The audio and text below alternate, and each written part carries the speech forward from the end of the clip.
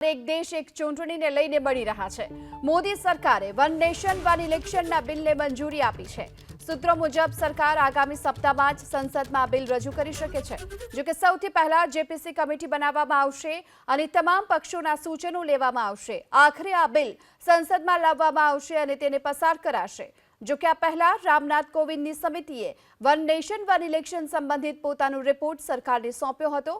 સૂત્રોનું કહેવું છે કે સરકાર આ બિલને લાંબી ચર્ચા અને સર્વસંમતિ બનાવવા માટે સંયુક્ત સંસદીય સમિતિ એટલે કે જેપીસીને મોકલવાની યોજના બનાવી રહી છે। જેપીસી તમામ રાજકીય પક્ષોના પ્રતિનિધિઓ સાથે વિગતવાર ચર્ચા કરશે।